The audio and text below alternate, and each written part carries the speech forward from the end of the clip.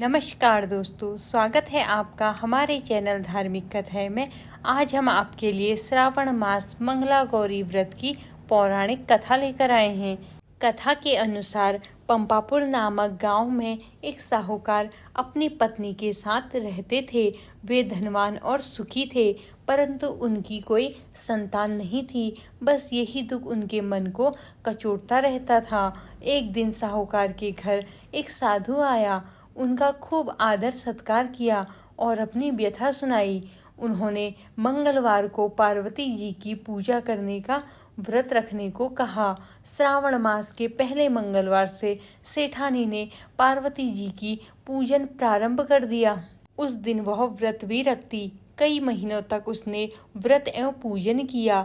उसके भक्ति भाव से माँ पार्वती जी प्रसन्न हुई। एक दिन साहूकार को स्वप्न आया कि जिस आम के वृक्ष के नीचे गणेश जी बैठे हो, उस आम के वृक्ष का फल तोड़कर तेरी पत्नी को खिला दे तो अवश्य ही पुत्र रत्न की प्राप्ति होगी। अब तो साहूकार ऐसे आम के वृक्ष को ढूंढता फिरा। एक दिन उसे ऐसा आम का वृक्ष दिखाई दे गया।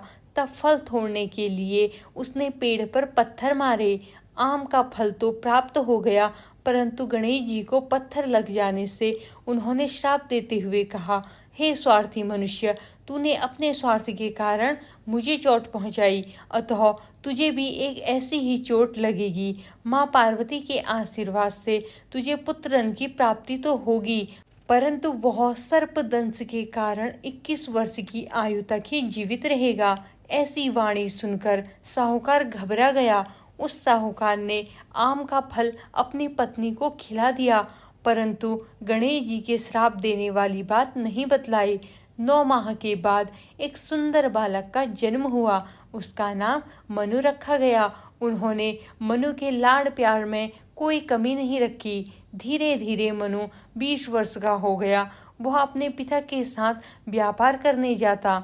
एक दिन व्यापार करके लौटते समय दोनों पिता पुत्र भोजन करने के निमित्त एक गांव के पास तालाब के किनारे पेड़ की छांव में बैठ गए और भोजन करने लगे। तदंतर उस गांव की 2 लड़कियां उस तालाब पर कपड़े धोने आई। वे लड़कियां नवयौवन की भांति हंसमुख, फुर्तीली एवं उच्च सभ्य घर की प्रतीत हो रही थी। कपड़े धोते समय वे आपस में वार्तालाप करती जाती। उनमें से कमला ने कहा, क्यों रे मंगला, तुझे याद है मैं कब से मंगलवार को मंगला गौरी का व्रत करती हूँ। अब तो अगले मंगलवार व्रत का उद्यापन भी करूँगी। इस व्रत के करने से मुझे मेरे मन लायक पति मिलेगा और सुख चैन से रहूंगी। ऐसा कहते हुए कमला ने आगे कहा, मंगला, तू भी अगले साल श्रावण मास से पहले मंगलवार से व्रत करना चालू कर देना, तो तुझे भी मनपसंद वर मिलेगा।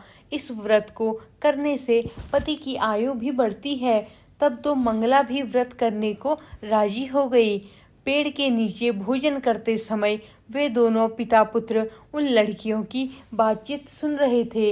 उन लड़कियों के वार्तालाप से सेठ जी ने समझ लिया कि कमला नाम की लड़की अपने पुत्र के विवाह के लिए सर्वथा उपयुक्त है। सेठ जी ने अपने पुत्र की मनोभावना जानने के लिए पुत्र से कई तरह की बातें कही। पुत्र भी अपने पिता के विचारों से सहमति प्रकट करता, अतः सेठ जी ने अपने पुत्र का कमला के साथ विवाह करने का निश्चय कर लिया और सोचा कि ऐसा होने पर मेरे पुत्र की आयु बढ़ सकती है और कोई अनहोनी घटना भी टल सकती है। अब पिता पुत्र कमला के पीछे पीछे उसके घर गए। कमला के पिता भी नामी साहूकार थे। सेठ जी ने कमला के पिता से अपने पुत्र के विवाह के बारे में बातचीत की। वे कमला का विवाह मनु के साथ करने को सहमत हो गए। शुभ मुहूर्त में बड़ी धूमधाम से उनका विवाह संपन्न हो गया। दोनों ने पति पत्नी के रूप में संसार चलाना शुरू किया तो घर में आनंद का वातावरण रहने लगा।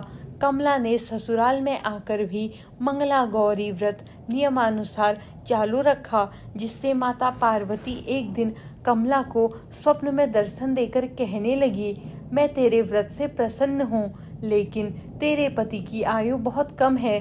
अगले महीने मंगलवार को एक सर्प तेरे पति के प्राण लेने आएगा, लेकिन तू घबराना नहीं।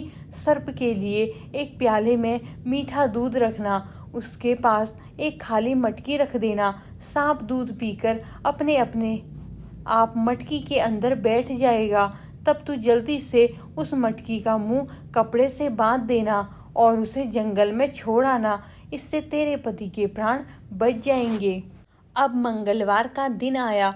कमला ने किसी को कुछ नहीं बताया और माँ पार्वती से कहे अनुसार सारा कार्य कर दिया। माँ पार्वती की कृपा से कमला के पति के प्राण बच गए। इस प्रकार व्रत के प्रभाव से मनु दोषमुक्त हो गया। जब घर के लोगों को सारी घटना मालूम हुई तो सबने खुशी मनाई। अब तो चारों ओर कमला का गुणगान होने लगा। गांव की महिलाओं ने कमला से व्रत का विधि विधान पूछा और व्रत करने लगी। कमला ने भी अगले मंगलवार विधि विधान से मंगला गौरी व्रत का उद्यापन भव्य रूप से कराया। ब्राह्मणों को भोजन करा, यथेष्ट दक्षिणा देकर उनका आशीर्वाद लिया। धन्यवाद। उद्यापन विधि। मंगला गौरी व्रत 5 वर्ष करके उद्यापन करें। अपने सामर्थ्य के अनुसार महिलाओं को भोजन करा के सुहाग सामग्री दें। धन्यवाद दोस्तों।